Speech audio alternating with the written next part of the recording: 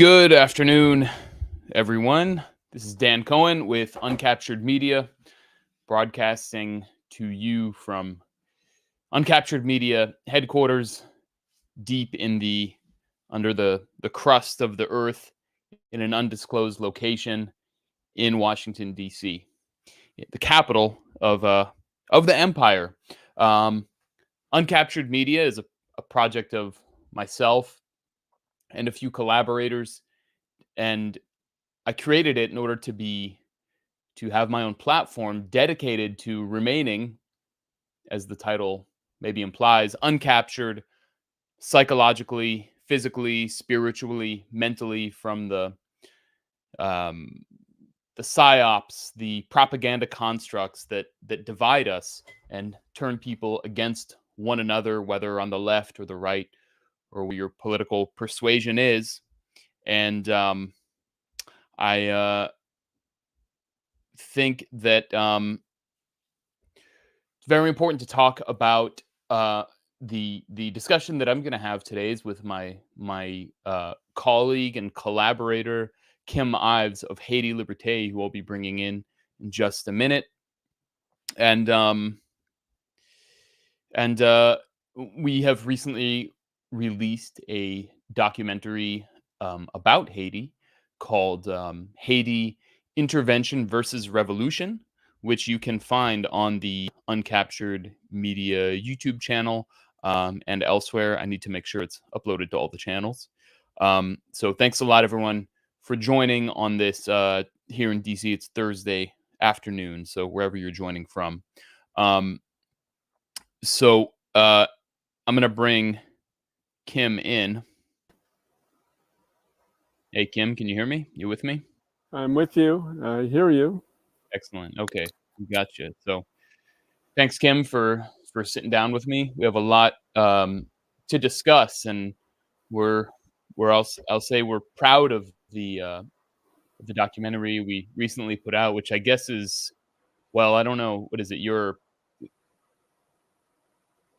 fifth documentary or something about Haiti, and my, I guess, I don't know. It depends. I guess it depends how you count, because we did another Vision together, which we released in 2022, and that was Hmm. 3 episodes. So if you call that, okay, we could say that was one documentary. Then we did another piece for Redacted, which is, Right. we call it, between ourselves, we call it, the de facto fourth episode of Another Vision, and then the Right. most recent one is um, Intervention versus Revolution, which is essentially like a fifth episode. So, but Kim has been working in Haiti for many many years. He's devoted his life to it.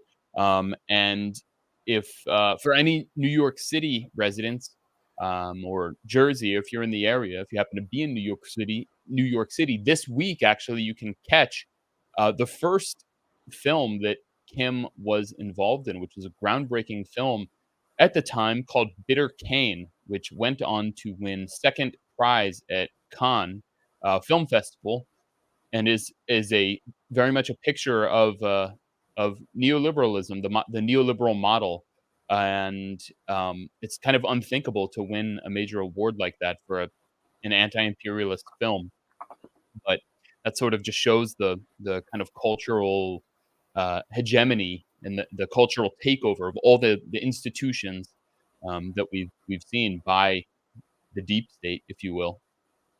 Yeah. I should say that, yeah, it wasn't actually the first film. It was actually about the third. Did a slideshow in two smaller films, more sort of agitprop films before Bitter Cane. But Bitter Cane was the big enchilada. And then after that, over the years, between, I could say, Bitter Cane and Another Vision, which is about 40 years, did about uh, 5 or 6 other films, largely in conjunction with the collective Crowing Rooster Arts. Resistance was one of them, Killing the Dream, which was shown nationally on PBS to great acclaim in 92. But really, I think that Bitter Cane and Another Vision sort of bookend the process that we've seen over the past 40 years in Haiti, which we'll be talking about today. Absolutely. So it's been a real honor for me to work with Kim and Haiti Liberté, the Haitian outlet for which he's the English language editor. And I started working with Kim in 2021 after I interviewed him. Um, I was at the time working for Mint Press News, and I interviewed him about the assassination of the president, Jovenel Moise, trying to understand what was going on there. Kim being one of the very, very, very few people who could give a synopsis of what the situation was, why the president was killed, who might have been behind it, and from there, I basically jumped in to the deep end with Kim and headed to Haiti. I've been there. I guess I've been there five or I think five times or maybe six times. I'm not sure since then, and in which we've made these documentaries. So, but first, Kim and I actually returned recently from a trip to Iran. We were there for the Sob Film Festival, Media Festival, which was a very interesting event, not only for the event itself, but on the day after we arrived, um, the was the unfortunate and tragic helicopter crash, which killed the president, Raisi, the foreign minister, and a number of others. And so we thought we'd just kind of talk about our experience in Iran a little bit before we dive into the Haiti material. So I don't know, Kim, do you want to? What were your impressions? What takeaways did you have from that trip? What was really interesting to see Iran, after having only known it through the prism of U.S. disinformation and ideological vilification, which is just really rich, and I really appreciated sort of the wry irony that seems to permeate every Iranian, I guess, after all these decades of sanctions. They have almost resigned sense of humor towards their state, but nonetheless have done wonderful things. The sort of it reminded me really of a mix of Cuba and Haiti. Cuba for the sort of persistent perseverance of developing, but in a kind of a discount way, if you will, because they're under sanctions, but at the same time, just a sort of improvisation everywhere, and that's Haiti. It's always improvising, always finding a way to manage with very little. And but yeah, I was very impressed, and also, of course, the richness, the antiquity that just permeates everything there. There was one place we went up to called Dar. Darfur.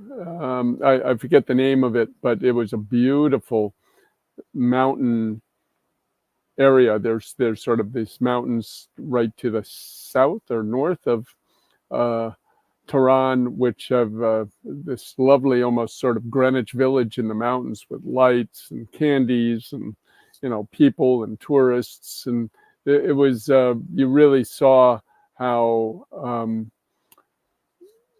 the Iranians know how to live. And anyway, but it was I was really edified to see their Islamic side and understand it a little better through our talks with a number of the people at the festival, and just to see how efficient and I could say polite they were in everything they do. Yeah. Unfortunately, I was asleep. By the time we left, I still hadn't even adjusted to the jet lag. So I was on very, very few. I was just short on sleep basically the whole time. And so when Kim went there, unfortunately, I took a nap. But I went to another kind of cafe that was extremely beautiful in the neighborhood. And because of the death of President Raisi, a lot of the plans were kind of thrown off. So we ended up spending more time in the hotel than I think a lot of us, sort of would have liked or maybe imagined. But nonetheless, it was, we met a lot of great people, people who I'd interacted with on social media, on Twitter, but had never met in person. It was nice to be able to break bread with them. So we arrived late at night, I believe on Saturday, very, very late night, 1 or 2 in the morning. We didn't, get to our hotel until then. And then the next day we actually went to the Grand Bazaar, the central main market, to buy some gifts for our families. And while we were in the market, actually, a few of the vendors started, they were extremely friendly to us because we were Americans, and, oh, you're from America. Wow, wow, wow. And they started actually celebrating the death of the president. And we didn't know, what they were talking about. At that point, it was just a rumor. I guess the news had just come out that there was a crash, and I think the official wording was a hard landing. And so there were rumors that the president and people around him were dead. And a few of these people that we spoke to, these vendors, these merchants, were celebrating and trying to give us candies and chocolates and this kind of thing. And I didn't really grasp, why are they just hoping that Raisi is dead? We hadn't heard the rumor yet. We hadn't heard the breaking news. And so it wasn't until we were in the car heading back towards our hotel a few minutes later that we got word that the president had been involved in a helicopter crash. We went to the funeral for the public procession for President Raisi. And that was actually, I put out a short video on my X account, and I need to finish the other one. But everything we saw, of course, there were tens of thousands of people publicly mourning, and all kinds of people, religious, more secular, people who supported Raisi, people who didn't support Raisi, but they were just sad, of course, about the death of the president because they're patriots, regardless of what they think about his individual policies or his administration's policies. So it was very, very interesting to see that massive display, but the contrast between, of course, not everyone is going, to be is not going to think in that same way. And what we saw was really, you saw this, comprador kind of international business, like the importer exporter class that wants to be tied to the US, wants to be tied to the West, to the dollar. They are the ones who are celebrating the president's death and handing out candies and love us because we're Americans. Oh, the one guy that I ended up buying a rug from, was telling us that Sean Penn and Angelina Jolie had been in there, as if I'm supposed Tom Brokaw. Tom Brokaw, right? As if I'm supposed to relate to that. These are like people I basically despise. So, so you can see kind of their mentality that they want to be part of the West. They imbibe the cultural imperialism. They believe in the kind of cult of celebrity worship that pervades so much of the United States. And you can see how powerful that is, how it's exported around the world, and it really creates and sustains divisions within countries that the U.S. is seeking to target. And that was a perfect example of it. I saw a similar sort of dynamic in Cuba. I was in Cuba in March, and in the old city of Havana, which is a very touristic area, we talked to different artists, some of whom were, there was an artist, there was a bookseller, and this bookseller sold all kinds of revolutionary literature, rare books, and had all kinds of posters from decades past and of anti-imperialist struggles all over the world, and he was completely anti-government.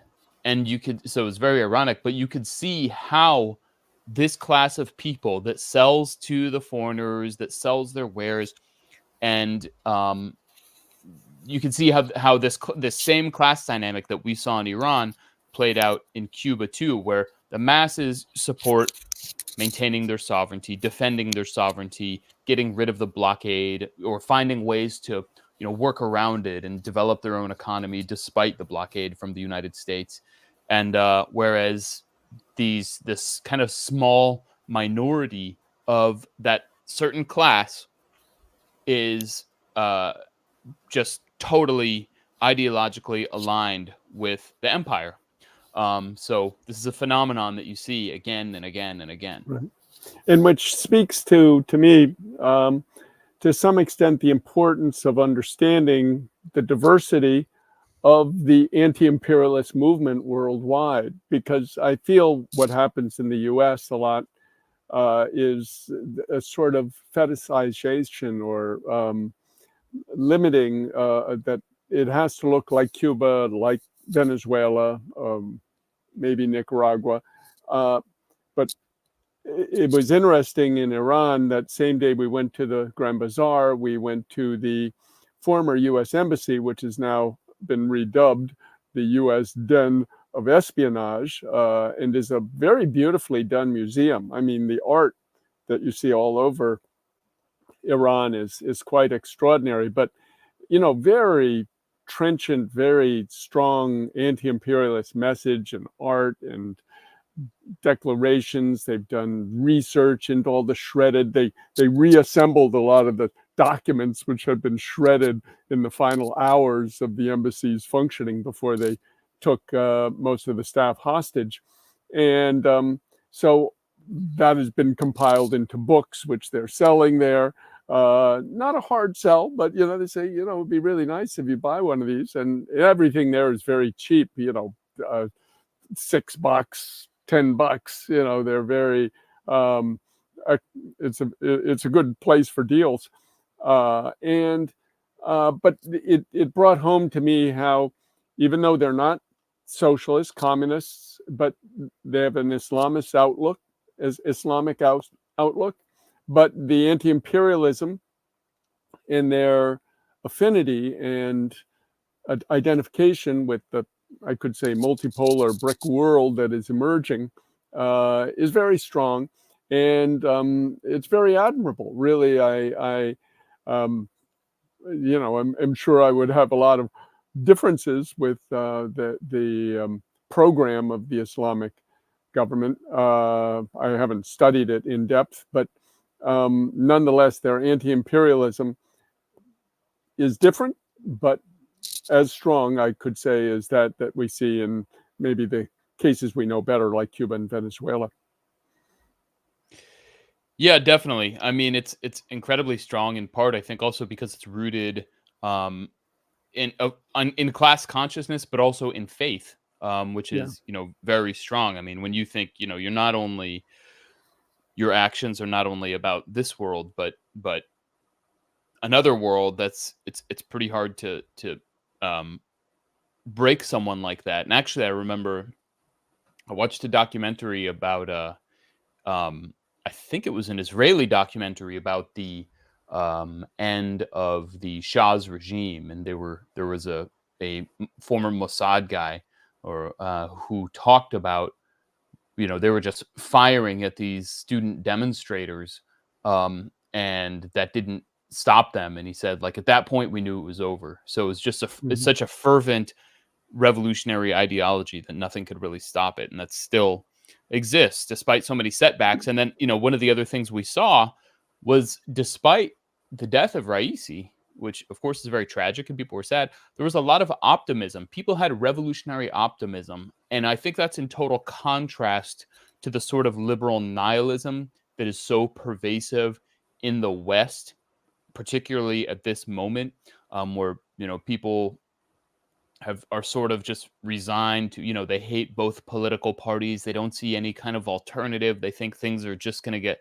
worse and worse. And in many ways, yes, things are are getting worse and will get worse in the United States. But you have to look bigger picture, and I think that was a very interesting concept. You would think that Iran, which is under all these horrible sanctions and has been suffocated and in so many ways, they are optimistic about the future. And I think it really kind of speaks to the way the Western-led order is going, and the way that the rest of the world is going. And it's not even that Iran is just simply embracing BRICS and saying to hell with the West. Iran still wants to maintain good relations with Europe and is looking to have good relations with the United States. We spoke to in the street. We spoke to a former ambassador to Nigeria. We spoke to other people, and they, talked about we're not just simply going along with Russia and China as if we're hitching our wagon to them. We want to have good relations with countries all over the world, with the West and the East. And they spoke about Iranian relations with Italy, which is something I didn't know a whole lot about, but apparently there's some stronger relations there. So it was a very interesting moment. And as sad as I am and about the death of the president, it was a very sort of key moment to be there. It gave us a lot of insight that I don't think we would have been able to see otherwise. Right. And there are two things I want to pick up on what you just said. One is just I could say, level of education of the people, which again, like Cuba and Haiti, is so valued, but they were so articulate and so worldly, interesting. I mean, the interviews that you're going to publish in this piece were great. I mean, so many people speak English as well. And it's taught, and they speak English fluently, even though they've never been to an English-speaking country. But their English is perfect. And so one was just the quality of education and culture that you see in Iranians. But two is that faith question, and in a way we can maybe use this to transition over to Haiti, which is, like you said, from that documentary, when they saw these people were ready to die for their belief, they knew it was over. And that's really, to me, what we're seeing in Haiti today. Jimmy Cherizier, Barbecue, the head of this Vive Ensemble Alliance. Hey, Kim, hold on. Why don't actually we show the short video that we put together? It's less than 2 minutes long. And then, people from can Iran? actually see. Yeah. Yeah, that sounds good. Why don't we show that? Okay, so bear with me 1 second. I'm gonna there we go. Okay. So this is just with the English interviews that we did at the funeral. And keep in mind, this is in Tehran, the capital. So of course there's going to be a more international, cosmopolitan vibe there, or so sensibility. Yeah, sensibility, exactly. And but you'll get a sense. You can see people that are kind of, even here. I mean, we can see. I don't know if maybe people can't see my. I don't know if people can see. Maybe can't see my cursor, but kind of on the right, you see guys that are, or in the middle, you see men that are dressed a bit more secular. On the left, and you see men who are dressed in a very religious way. So that was one of the things that I don't want to say surprised to me, but was very interesting. You see the kind of breadth of the kinds of people that are patriotic. This is not merely a religious display of mourning, though it comes through in a religious sort of language and context. But it was a patriotic, a nationalist thing. So here we'll just show this.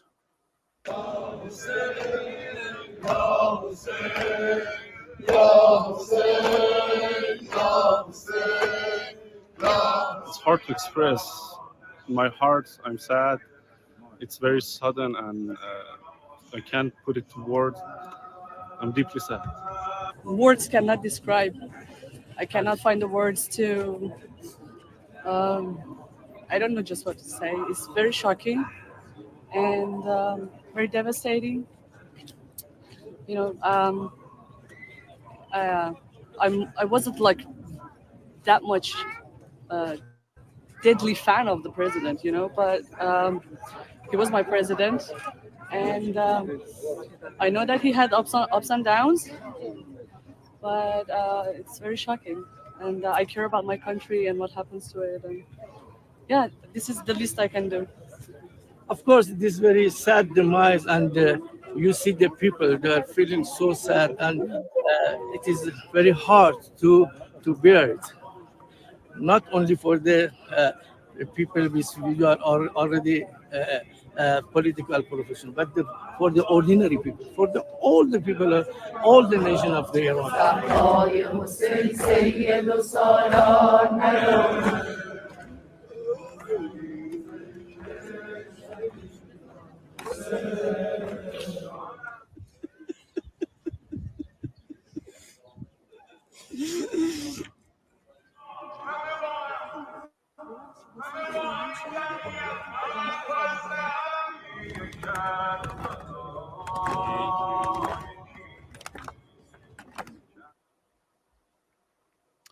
So Yeah.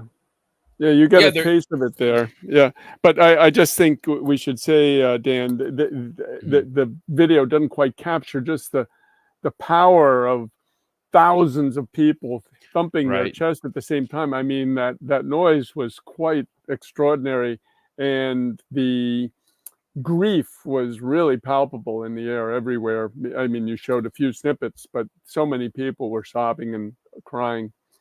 Right, and you couldn't see, of course, the size of the crowd. We didn't have a drone or anything, but if you look Yeah. at the footage that was aired, I mean, it was just endless. The crowds, Yeah. tens of thousands of people easily. So it was just an enormous outpouring of grief. And you saw the young lady. She told us she's a pretty secular person, and she said, I wasn't really a fan of Raisi, but she's sad for her country. So, as I think, most people would be if there was a helicopter crash that wiped out your president. Sorry to interrupt you. You were in the middle of a transition. But I mean, so we're gonna get to discussing the what's going on in Haiti, of course, which is the primary point of discussion of this live stream. But I thought, Kim, it would be kind of fun first if you can talk about who is the White House press secretary, Karine Jean-Pierre, who was your protege. So if you can just kind of tell us who is Karine Jean-Pierre, who was the Karine Jean-Pierre that you knew, and how did she get to the point that she is, what she is today? Well, Karine actually approached me. She was a student, graduate student at Columbia University, and had seen Bitter Cane, the film that, as you mentioned, is playing at Brooklyn Academy of Music until June 20th. I encourage any viewers to go see it if they're in New York. It's beautiful screening, and an extraordinary restoration, which has been done from the original 16 millimeter negatives by Indie Collect, outfit which restores films from the 1980s. So the film, she'd seen the film, she'd seen Bitter Cane, and so she sought me out and interviewed me for her I think review, or she was writing a paper on it, or on Haiti or something like that. So with that, we kind of became friendly, and she was interested. At the time, I was working a lot at the International Action Center, which was sort of run by the Workers' World Party in New York, and on 14th Street, and she would come by there. We'd go up to the little Warren of mini video decks there, and look at footage and do things along those lines. And we had a program on WBAI at the time, Haiti, The Struggle Continues, which she was sort of recruited and formed to help write the news each week, which we presented at the beginning of the show. And so I came to know her in the course of doing that, and, you know, became quite close with her. In fact, when we did event, I think in 2005 at the New York Institute of Technology, I forget the exact name, downtown Brooklyn. It was sort of a combination of Haiti Progrès, where I was working at the time, and the Lavalas movement. We had speakers like Kevin Pina, now who's gone over to the Empire, and she helped organize. We did on the when Aristide was kidnapped by U.S. SEAL team in 2004, removed from power at the peak of that 2004 coup. We did a big rally with Maxine Waters and Amy Goodman and Bernard White and a lot, Ramsey Clark, all sorts of people at Brooklyn College, and she and I co-chaired that meeting. So, you know, we were working quite closely with her. But she began working more and more as a campaign consultant. They were disastrous, each one of the campaigns, not only disastrous, but from the point of view of who she selected to be her client, but I guess also the way she conducted the campaign. Her first one was Anthony Weiner. I don't need to mention how spectacularly he crashed. His second one was John Edwards. Again, another rather spectacular crash. And the last one, I believe, was O'Malley, who was, as people may recall, although he was fairly obscure, the sort of third contender in the Hillary Obama contest back in the day. So in any case, at that time, when Obama came in, she'd been working with one of the unions, Andy Stein, I think, and was tagged. When O'Malley dropped out, I think she was picked up to run part of the Obama campaign in the South, and ended up becoming a labor liaison with the Labor Department to the White House. And somehow, as I learned in one of my later discussions with her, she was charmed in some way by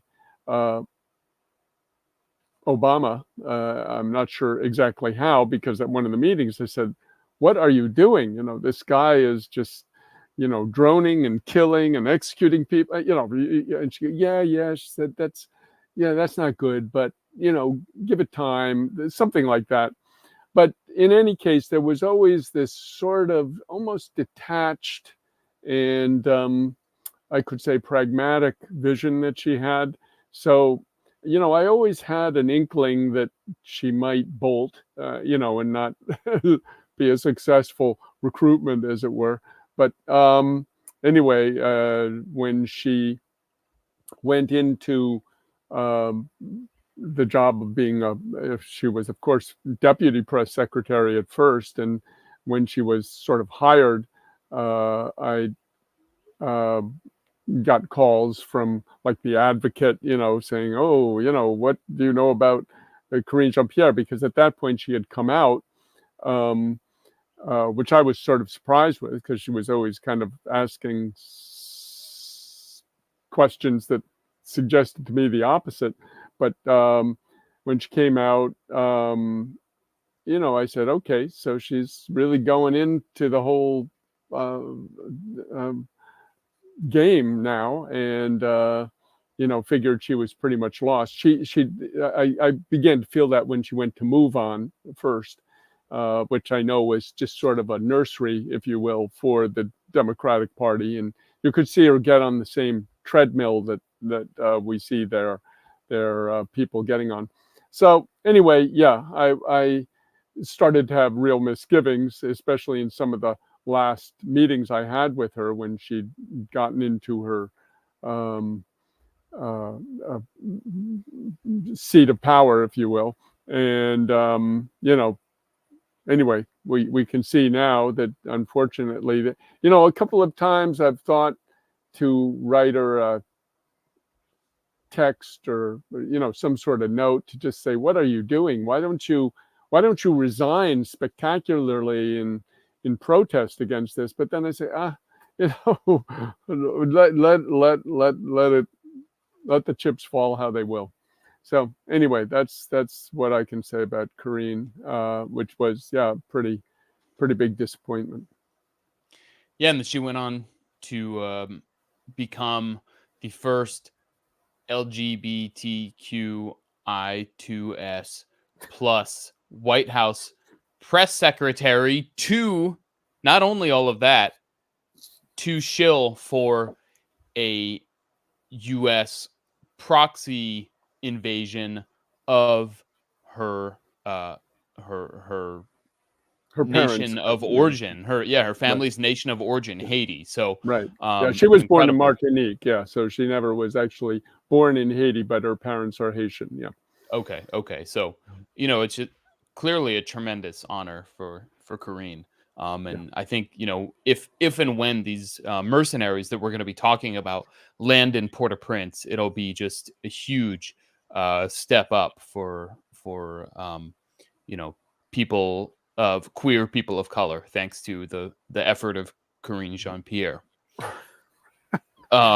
Dripping with irony, he said. But it was rather, I don't know,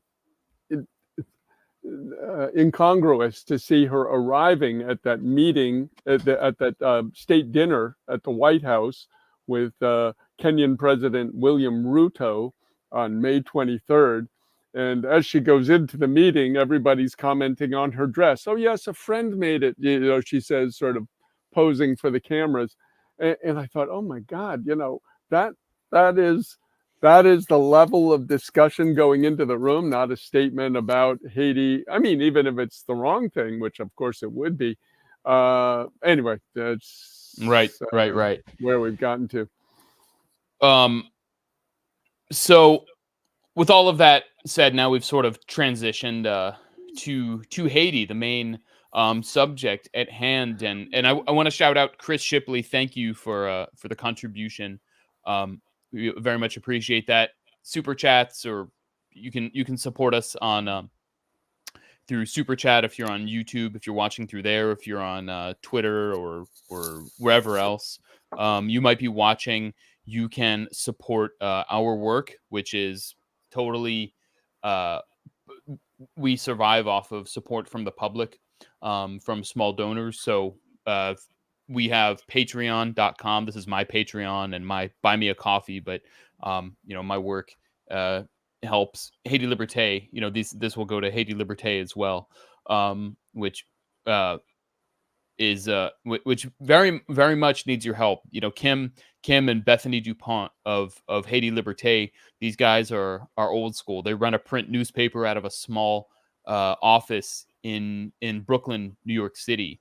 They don't have some young whippersnapper managing their social media and doing Patreon and all these things. So they are doing print newspapers, which I have is sort of a dying thing, but I think actually needs to be brought back. It needs to be maintained and brought back. So, well, when you're all shut down on social media by the powers that are, people will suddenly be saying, "Good thing you held on to those buggies."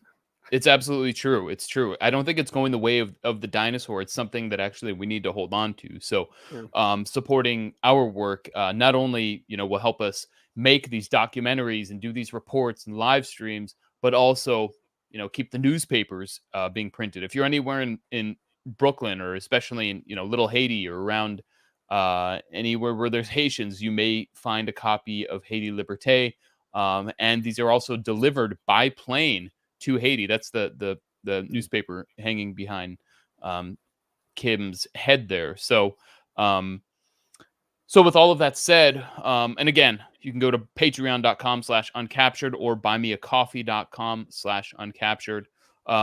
So with all of that said, yeah, we want to talk about what is going on in Haiti right now. And I think before we sort of get into the documentary that we released, which tells kind of the backstory to the current moment, we want to kind of give an update on the current moment as it is. So I don't know, maybe I'll let you take that away, Kim. Okay, yeah. So I was starting in that aborted transition that I was doing before. I was talking about you were saying about how when they saw the dedication of the anti-Shah fighters, they knew it was all over. But really, that's the same. I thought about the other day. The key figure who we're going to be talking about in this is a guy, Jimmy Cherizier Barbecue, who heads a thing called the Vivre Ensemble Coalition, Live Together Coalition, which is a merger of the criminal gangs of Haiti and the anti-crime vigilance brigades, they're called, that he headed, that Cherizier headed, who came together to basically push out Ariel Henry on February 29th, after he had gone to Kenya to sign a totally worthless agreement because he has no standing. He's not elected in any way. In fact, he didn't even sign it. It was the head of his, sorry about that. I got to shut that down. So he ended up becoming a very central figure in this removal of Ariel Henry from power. And he was making a statement the other day, that was Monday, and he said, we're not going to jail. This is life or death. We're either winning our freedom or we're going to die, and we're going to, die fighting. And I said at that point, that is the most critical thing. And I've known people who are special forces soldiers in the first intervention in '94 into Haiti, and also in the 2004 intervention. And, they said there's nothing more important than the attitude, people who are willing to die for their struggle, for their cause. And so really that's what we're seeing on the ground in Haiti, this movement of the armed masses, we could say, of these armed neighborhood committees. And in the face of it, the U.S. has ended up really flailing. They ran to Jamaica, Kingston, assembled their principal puppets from CARICOM, above all Ali from Guyana, Jamaica, and Barbados in sort of that configuration. And they selected the entire corrupt Haitian political class to put them all together in a council of 9 people, 7 of them voting. There's 2 sort of ornaments in it, the religious sector and the civil society sector. They always have civil society, right? What is that? But the political class, basically going all the way from the right, including Ariel Henry's coalition, to the left, including the Lavalas family. And the condition on which they all had to participate in this was on the basis of their accepting the U.S. organized foreign military intervention of the force led by Kenya, or nominally led by Kenya, in fact, led by the U.S., but with Kenya as the sort of blackface in front, which also includes Benin, Chad, Barbados, Bahamas, and Jamaica are contributing troops. Bangladesh is in the mix. Spain, I heard, also said they would send some troops, a few other countries. But essentially, they're coming in to put in a U.S.-centric government And to do that, they had to put in a U.S.-centric prime minister. In Haiti, the president is not really the executive power; it's the prime minister who's the president theoretically chooses. In this case, it was the Presidential Council of 9 members who chose a fellow called Gary Coney, who really, if you are at all familiar with Haiti, you will know the name Marc Bazin, who was the original U.S. puppet. And when the U.S. chooses their puppets, they're inevitably, almost always, they always have been, I shouldn't say almost, always are these iffy officials of the international financial institution. They pick them out of the World Bank, IMF, or the UN. In this case, Gary Coney came out of the UN. He was part of UNICEF, Latin American and Caribbean Division.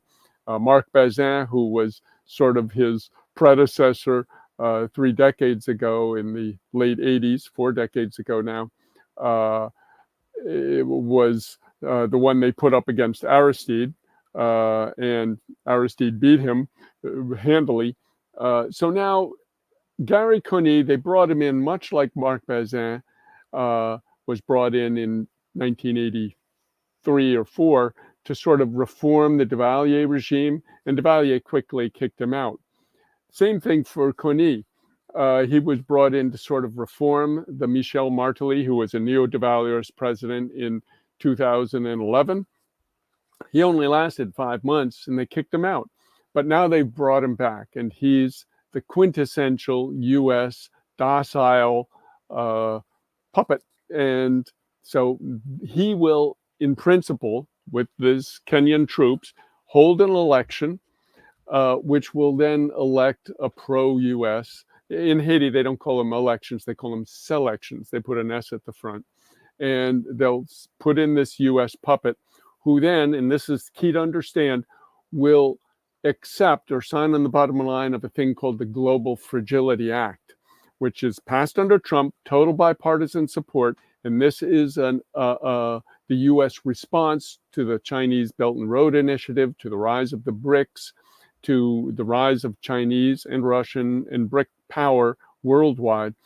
They are going to have this president sign on this. And what that will do is now U.S. troops will be stationed in Haiti, and Haiti will be put on a lifeline of U.S. surplus food support, excess rice, wheat, corn, things we can't sell anywhere else in the U.S. We end up sending it to Haiti. Now the people don't have to make food. Well, that's a good thing, because they can go work in the factories for $5 a day, because they're going to need that, because we're going to war with China. All our Chinese factories are going offline. So we need really millions of workers. And Haiti is one of the principal places we need to make all our electronics and our clothing, etc. And plus the fact that Haiti is one of the last of 11 countries, if you don't count the Vatican, in the world that recognize Taiwan as the real China. Even though everybody else in the world, the other 193 nations, understand that Taiwan is just part of China, including the U.S., but Haiti is one of only those 11, and there's only 2 that have a population of over 1 million. The rest of them are little micro states, Tuvalu, that sort of thing. So for these 2 reasons, the U.S. is very, very anxious to get those boots on the ground, but they can't do it like they did in 1915, and I'm winding up here, where U.S. Marines came in, took over, had a president elected, and then he invited them in. That was too ugly. It was too 20th century. Now they're doing it the more modern way. So we're going to use a neocolony, even though they had a hard time finding the neocolony to do it, because Jamaica and Canada and other countries all said no way. So the Kenyans agreed. They're getting a pretty penny. They haven't been able to get in there yet. They're a mess, but we'll get into that more. Okay. So we basically have this new puppet regime that is totally beholden to U.S. plans for a foreign invasion of Haiti. This regime did not receive a single vote. There was no vote by the Haitian people.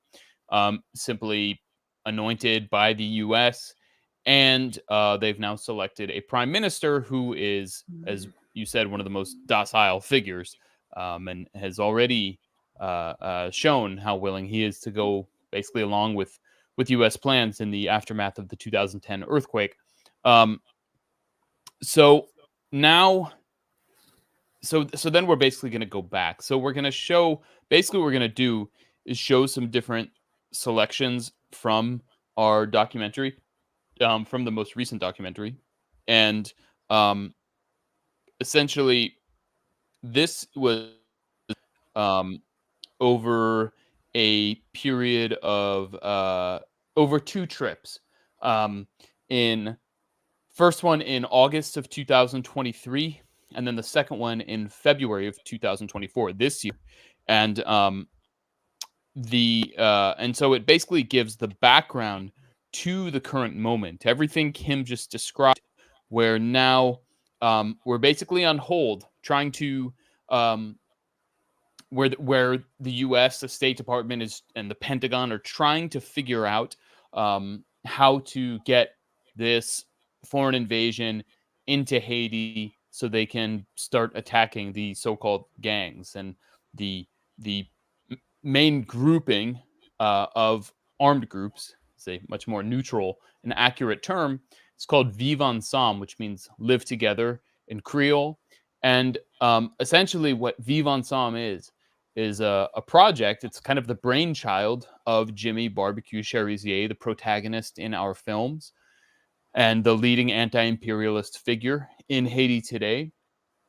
And as if you watched our film series Another Vision, you see throughout the series his goal, the way he sought to have a revolution, was to unite the different armed groups, some of them criminals that he was fighting against, and some of them anti-crime armed groups, basically neighborhood self-defense groups, which is what he was leading. And so there was the G9 Federation, which he led, and then there was what they call the G People, the JPEP alliance, which was a criminal alliance funded by oligarchs, armed by oligarchs, and was stronger in many ways because they had money coming in and bigger weapons and more ammunition. And so founded the day after the G9. Right. And so in order to basically be a kind of a copycat. Yeah. So basically Cherizier could never really beat them. And all the time that he was fighting them, he was always very reticent to fight. You see that in the documentary. He would literally get down on one knee and publicly beg the groups to stop fighting and say, guys, let's stop doing this. The people in our neighborhoods are hurting. They're being killed. Their homes are being destroyed because of the fighting. And this doesn't benefit us at all. And, the best you're going to get out of, even if they defeat Cherizier and the G9 and kill them, is you're going to live on a pile of, you're going to be the king of a pile of burning garbage, is essentially what it is. Because that's the condition that the U.S. keeps Haiti in. So Cherizier's argument is, let's stop fighting. Let's turn our weapons against the ruling class who are paying us to kill each other and live in terrible conditions. And so finally, what happened as the U.S.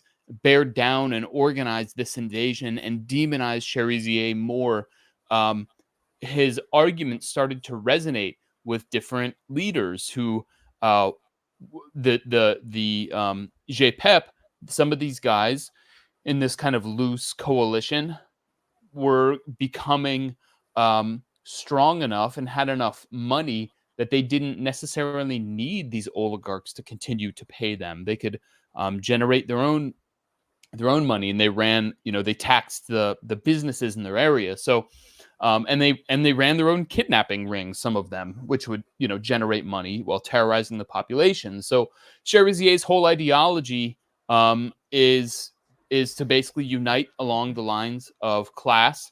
And frankly, Kim and I and Bethany from Haiti Liberté, we were skeptical in a way that could ever work, that he was ever going to convince these criminal elements to stop committing crimes and to unite with him and to take on some kind of revolutionary project. But to this point, at least, he has been vindicated. And so it's to his credit that he has pulled this off to this point.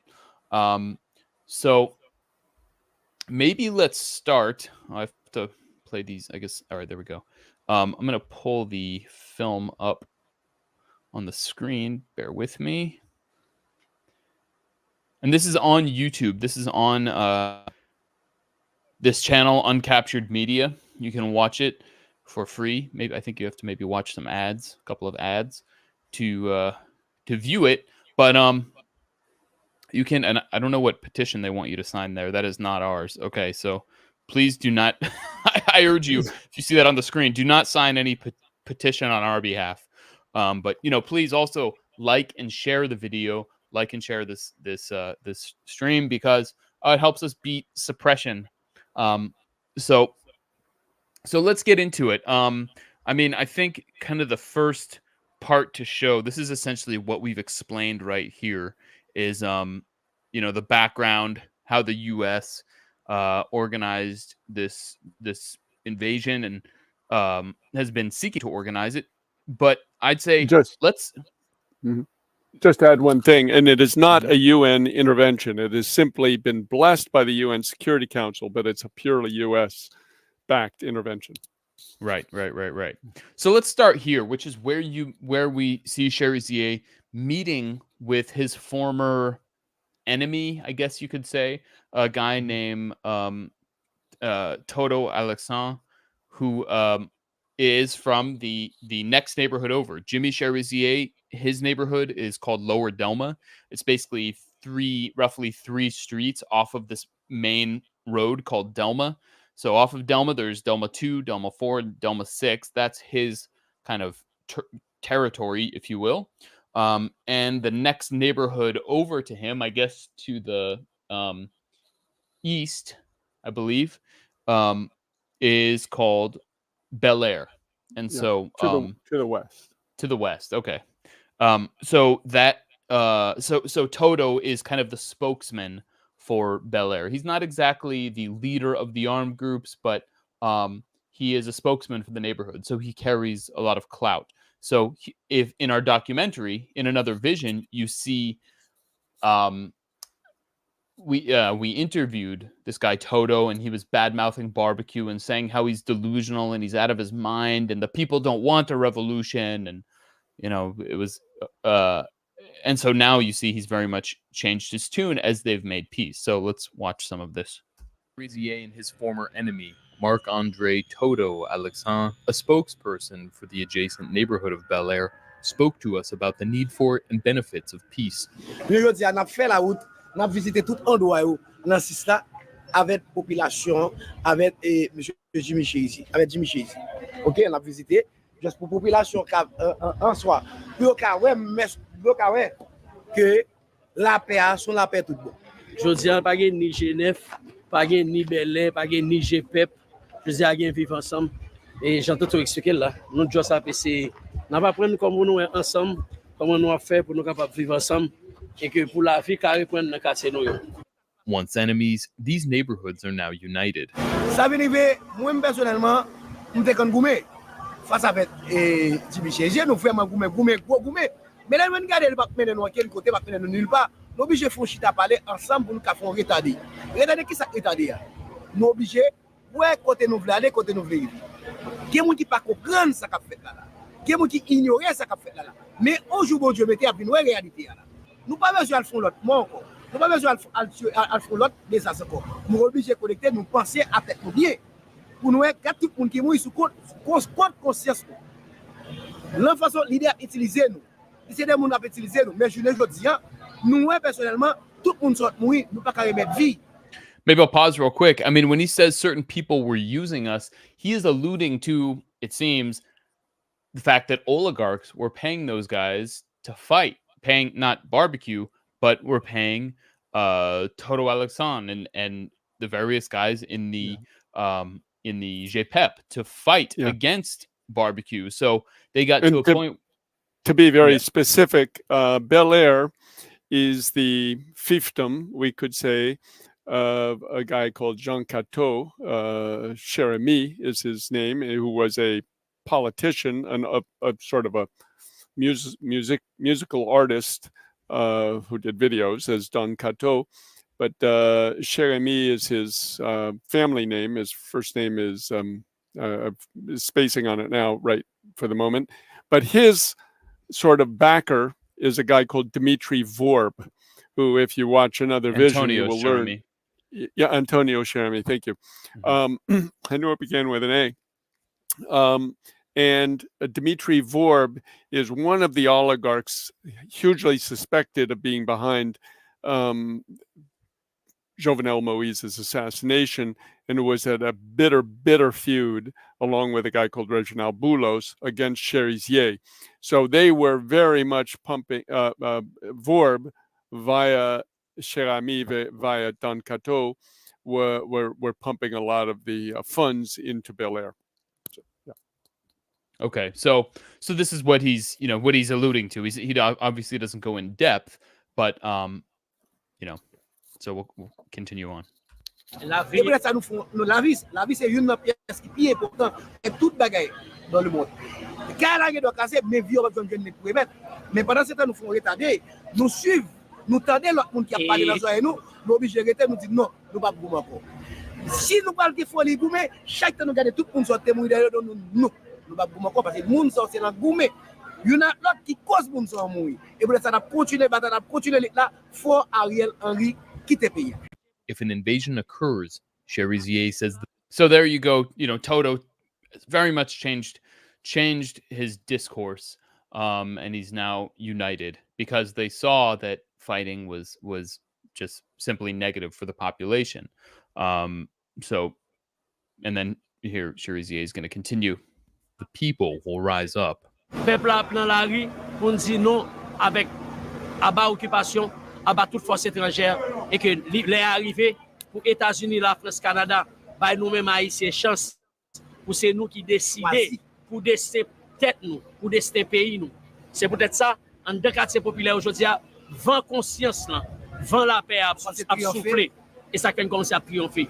Goumen nous parler pour faire bouge ça mieux à virer côté de parce que nous parlons goumen contre oligarque, nous parlons goumen contre assassin qui dans gouvernement et puis nous parlons goumen contre l'Occident qui pense le cabine imposer nous Ariel Henry qui sont sanguinaires, ont assassins qui participent dans la mort président Jovenel Moïse. Tout étranger qui venu là il a fait même Jean ministre a fait en 2004 violer petits garçons, Jean soldat Irigoyen a fait violer petites filles, violer femmes. Il a fait même Jean Népalais il a porté choléra pour nous, côté 20 000 haïtiens mourir dans choléra, plus passer 500 000 autres infectés. L'ONU connaît ça L'ONU mène bon gens enquête, il connaît que c'est Népalais et qui quitté porter choléra. Qui ça yo fait? Yo pas jamais dédommager nous. Et yo refusé de reconnaître que c'est eux qui porté maladie en Haïti. Et si force étrangère yo t'a vini, si Ariel Henry yo t'a vini arrêter nous t'a content. Si force étrangère yo t'a vini et sécurité yo t'a metté pour qui permettre que monde circuler pour la vie reprendre, nous t'a content. Force étrangère yo vini pour venir consolider pouvoir oligarque. 5% monde qui contrôle 85% richesse paysan. Force étrangère yo vini pour venir consolider Ariel Henry parce que connaît participer à l'assassinat de Jovenel Moïse.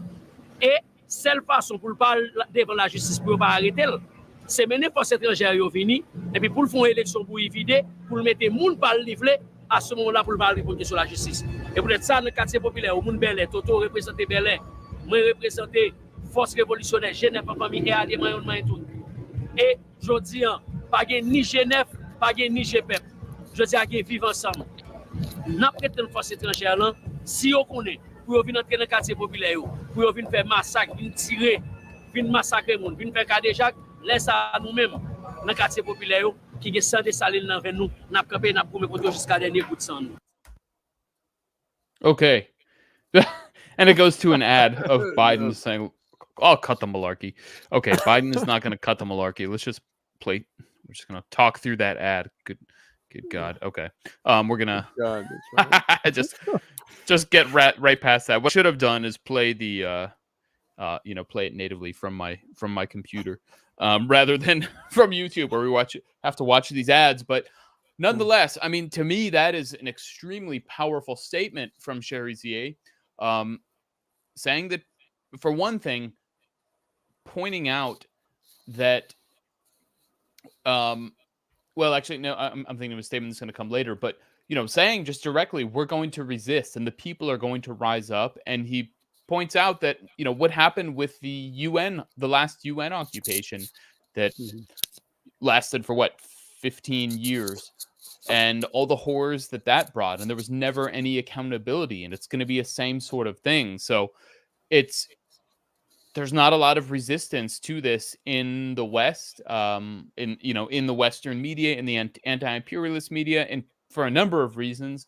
But I mean, I think it's a very authentic picture that you see of people from the impoverished neighborhoods of Port-au-Prince coming together to resist imperialism, and that's something we should definitely support. And if I can jump in and say, Please. some of the listeners may see a sort of a meme which has been circulated by elements of the ultra left of Haiti who don't like Cherizier to some extent because he undresses them for their own impotence. But it shows him with an American flag on him. We don't know the story, and one day I'll have to ask Cherizier. We'll have to ask Cherizier, what is the story behind that photo? He has, I believe, 7 siblings who mostly live in the U.S. Perhaps at one point when he was a young man, he took a picture with the American flag on him thinking he was going to the U.S. too or something. I don't know. But in short, this is a meme which they throw out there to say, he's a U.S. agent, which is absurd. I mean, it's a little bit like saying Jean-Jacques Dessalines, Haiti's founding father, because he was a French general at one point, that, therefore he was an agent of France. Well, he led the liberation of Haiti, the first independent nation of Latin America, the first Black Republic, etc. So anyway, it's a stupid meme, but just so people don't get confused by that or by some comments which might appear in this the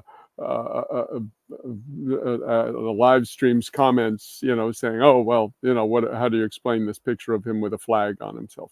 Right. There are all kinds of, that's the main one I've seen. Yeah. Right. Yeah, no, Yeah. That's the main one. A picture of Yeah. a barbecue from years and years ago. There's all, I think somebody said, "Oh, barbecue was under consideration." You can find him on WikiLeaks as like a tool of the State Department or something. And if you look up his name, Jimmy Cherizier, under WikiLeaks, you see that he was actually under consideration back when he was a police officer to be for some training by the U.S. And so you have to be kind of a certain level of elite or whatever it is. Caliber. To be certain caliber to be under consideration. So that's more proof. But all of this is from years and years ago, before he became what he is today. Before he used to be a police officer. He was in an anti-gang unit. They fought against criminals, and so and he explained his enlightenment in another vision. Yeah. Right. Exactly. What exactly happened to him? So we're not going to get into here, but so maybe we'll show go back to it. How can I? Okay. I think this is what we want, exactly this layout. Okay, so here's another clip. This is, I think what's most interesting about this is actually in Routier, is at streets Rue Tirmas and Rue Saint Martin, which I mean, and keep in mind, this is back in August 2023, right before this whole Vive Ensemble coalition was officially announced to the world, but was being kind of consecrated at that time. And this was in an area that was that he had fought with the armed groups there. And so now he's able to go there and deliver this speech. So I think it's a strong statement, but it's also the relevance of where he is. So let's just watch this. Which is Ambawozi, and you'll see the refugees from this battle in another vision too. Itimas et Saint-Martin, côté que et logiquement là longtemps était un territoire ennemi. Jodi al pas un territoire ennemi parce que nous kay amis nous fait la paix entre nous. Longtemps pas arriver là parce que monsieur t'a tiré sur moi même tout t'a tiré sur yo tout. Jodi a pas ça. Nous prend sous responsabilité nous pour nous pas jamais goumer entre nous encore. Nous mettez tête nous ensemble pour nous goumer contre système qui gagne jusqu'à ce que nous changer pays ça. Jusqu'à ce que nous jouions bon champ de l'eau potable, nous jouions caille pour nous aider, nous jouions l'école pour petit nous jouions métier pour petit nous apprendre à l'université. Tout autant l'État ça pas fait ça, nous-mêmes n'a continuer mettre tête nous ensemble pour nous gommer contre eux. Mais jamais, yo pas jamais Ritimas, Saint-Martin, Belay, Delma 2, Delma 4, Delma 6 ça pour encore. Ça fini. Nous fait la paix pour nous gommer pour nous changer pays ça.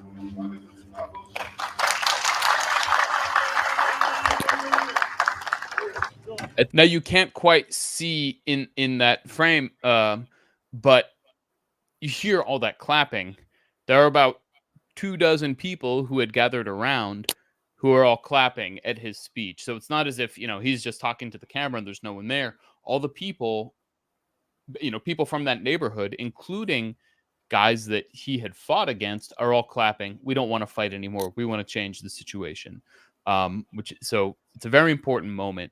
Now what we're seeing is these development projects that Cherizier has basically overseen and instituted in his own neighborhood. This is building a school, and this is not from money from some oligarch. This is from money gathered from the diaspora, Haitians who left their country and have become successful business owners, or they're just workers in the US and Canada and wherever else who support this project, mostly residents of the neighborhood who live abroad.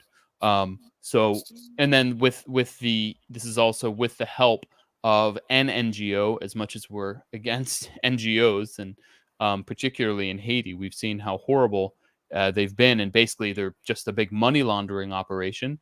But in this case, the hands together is kind of the exception to the rule. So let's watch this. At the same time as they make peace, Cherizier and his community launch projects on their own with the help of the diaspora and an NGO.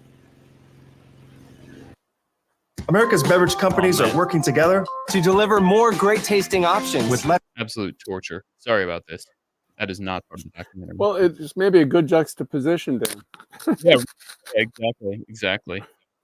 Okay, so now we learn to just do the video native. Okay, so I guess you can tell I've been watching workout videos. That's why I'm getting this ad. There we go. Oh, need the volume. Et communautaire. Là, c'est pour qu'on soit communautaire pour qui permettre si moun qui fait plus bon moyen à partir des moyennes 7, tout le monde qui fait moyenne 7, 8, 9 pour nous encourager l'excellence. Si moun ça a bien accès pour nous bailler on plat manger chaque jour.